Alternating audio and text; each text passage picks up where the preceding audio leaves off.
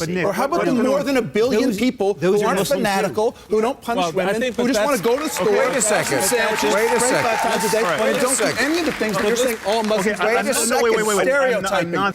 There are 1.2 billion Muslims in the world today. Of course, not all of them are radicals. The majority of them are peaceful people. The radicals are estimated to be between 15 to 25%, according to all intelligence services around the world. So why should we worry about the radicals, 15 to 25%?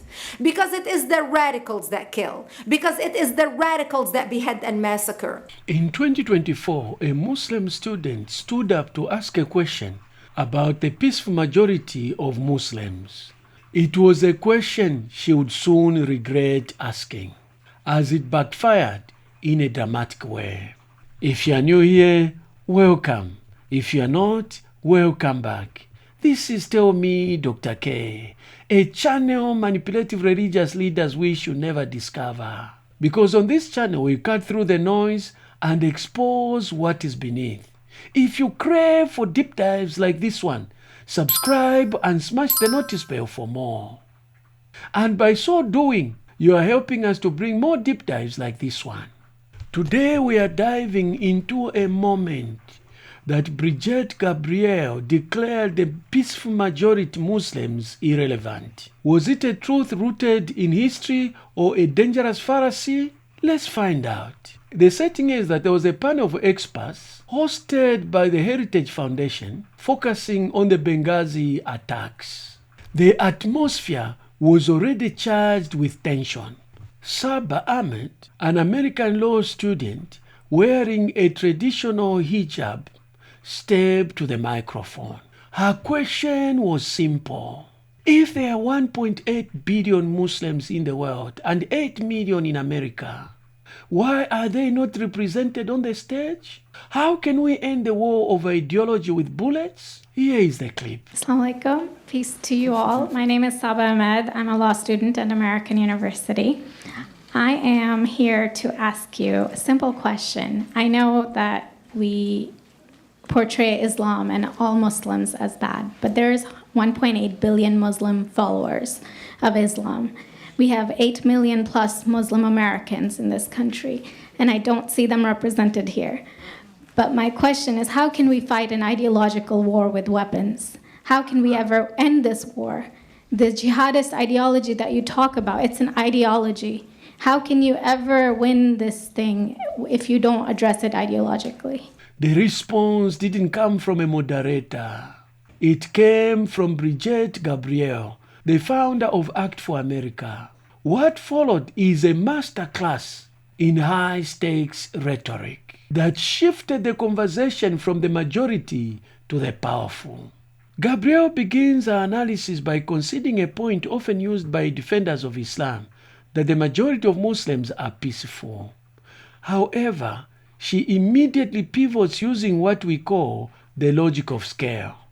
She cites intelligence estimates that 15 to 25% of Muslims are radicalized. By her math, that is 180 million to 300 million people dedicated to the destruction of the Western civilization.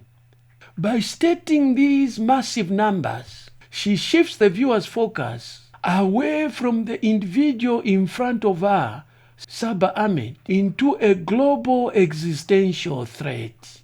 Here is the clip. Great question. I am so glad you're here, and I am so glad you brought that up because it gives us an opportunity to answer. What I find so amazing is since the beginning of this panel, which we are here about Benghazi attack against our people, not one person mentioned Muslims. We are here against Islam, or we're launching war against Muslims. We are here to discuss how 4 Americans died and what our government is doing. We were not here to bash Muslims. You were the one who brought up the issue about most Muslims, not us. And since you brought it up, allow me to elaborate with my answer. There are 1.2 billion Muslims in the world today. Of course, not all of them are radicals. The majority of them are peaceful people. The radicals are estimated to be between 15 to 25%, according to all intelligence services around the world. That leaves 75% of them peaceful people. But when you look at 15 to 25% of the world Muslim population, you're looking at 180 million to 300 million people dedicated to the destruction of Western civilization. That is as big of the United States. So why should we worry about the radicals, 15 to 25%? Because it is the radicals that kill. Because it is the radicals that behead and massacre. The historical fallacy of the majority. The core of Gabriel's argument here is about the peaceful majority theory. Debate. And here's my question, if we're going to generalize and smear.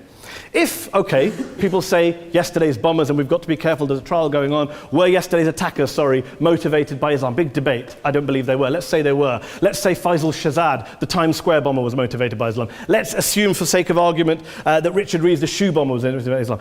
If Islam is responsible for these killings, if Islam is what is motivating these people, and Islam is therefore not a religion of peace, a religion of war, then ask yourself this question: why aren't the rest of us doing it? Why is it such a tiny minority of Muslims are interpreting their religion in the way that the opposition claim they are? Let's assume there are 16,000 suicide bombers in the world. There aren't. Let's assume there are for the sake of argument.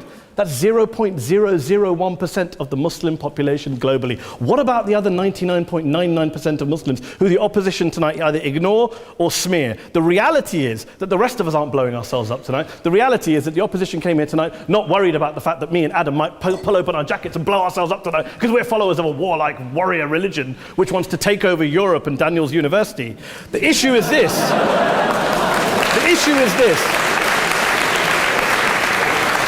Unless the opposition can tell us tonight, and Peter Atkins is here, one of our great atheist intellectuals, can tell us tonight, can answer this question tonight: why don't the vast majority of Muslims around the world behave as violently and aggressively as a tiny minority of politically motivated extremists? Then they might as well give up and stop pretending they have anything relevant to say about Islam or Muslims as a whole. Or how about the more than 1 billion people who aren't fanatical, who don't punish women, who just want to go to the store, wait a second. sandwiches, Wait a 25 times a day, and don't do any of the things that you're saying all Muslims do. Stereotyping. You take a few bad things and you're painting the whole group religion with that. Let's get down to who has the right answer here. 1 billion people, you say. All these billion people don't hold any of these... 5 or something. Don't hold these pernicious beliefs? No, I would. no, they don't. That's just not true, Ben. That's just not true. Can I just express how I think it breaks down in terms of beliefs? The idea... You haven't even defined them. You're trying to say that these few people, that's all the problem is, these few bad apples. The idea that someone should be killed if they leave the Islamic... That's horrible. That should... Wait. That is You're saying that the fairway idea that Islam. someone should be killed if they leave the Islamic religion is just a few bad apples? The people who would actually believe and enact that you murder somebody if they leave Islam is not the majority of Muslims at all. Okay. She uses 3 devastating examples to argue that the peaceful majority are historically irrelevant. She points out that most Germans were peaceful, and yet a small group led to the death of 60 million people, which included 6 million Jews. The Soviet Union. She mentioned that the majority of the people in the Soviet Union were peaceful, and yet they were unable to stop the slaughter of 20 million people under Stalin. The Cultural Revolution. She applies the same logic to China and Japan during the Second World War. Here is the clip. When you look throughout history, when you look at all the lessons of history, most Germans were peaceful, yet the Nazis drove the agenda. And as a result, 60 million people died, almost 14 million in concentration camps, 6 million were Jews. The peaceful majority were irrelevant. When you look at Russia, most Russians were peaceful as well. Yet the Russians were able to kill 20 million people. The peaceful majority were irrelevant. When you look at China, for example, most Chinese were peaceful as well. Yet the Chinese were able to kill 70 million people. The peaceful majority were irrelevant. When you look at Japan prior to World War II, most Japanese were peaceful as well. Yet Japan was able to butcher its way across Southeast Asia, killing 12 million people, mostly killed with bayonets and shovels. The peaceful majority were irrelevant. On September 11th in the United States, we had 2.3 million Arab Muslims living in the United States.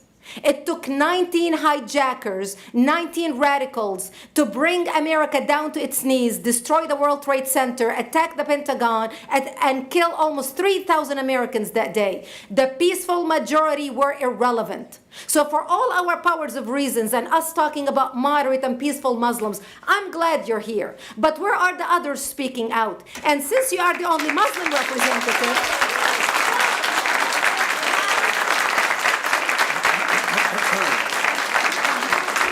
applause till the end.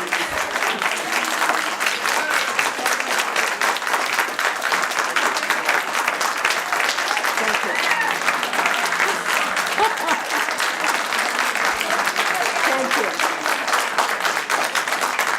And since you're the only Muslim representative in here, you took the limelight instead of speaking about why our government, and I assume, are you an American? You're an American citizen. So as an American citizen, you sat in this room and instead of standing up and saying a question or asking something about our 4 Americans that died and what our government is doing to correct the problem, you stood there to make a point about peaceful, moderate Muslims. I wish you brought 10 with you to question about how we can hold our government responsible. It is time we take political correctness and throw it in the garbage where it belongs and start calling it fair.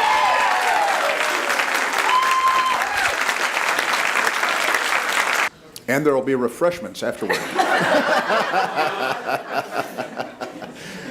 Did you want to respond to the... I think radicalism. I can't follow that. You had a follow-up that you'd... you go ahead. Go ahead. Comment. Thank you for your responses. And I do really hope that other Muslims will start showing up at these conservative forums. But, you know, as a peaceful American Muslim, I would like to think that I'm not that irrelevant. I'm just as much an American, and I'm very deeply saddened about the lives that were lost in Libya. And I hope that we will find justice for their families. But I don't think that this war can ever be won by just the military. You have to address you have to bring Muslims to the table to address this. I think everyone agrees that it can't be won just militarily, and I think that everyone has said that. Can you tell me who the head of the Muslim peace movement is? I guess it's me right now, so thank you. If this debate has resonated with you, do me a favor. Like, subscribe, and smash the notice bell for more. To watch other Gabriel's videos, click on this link.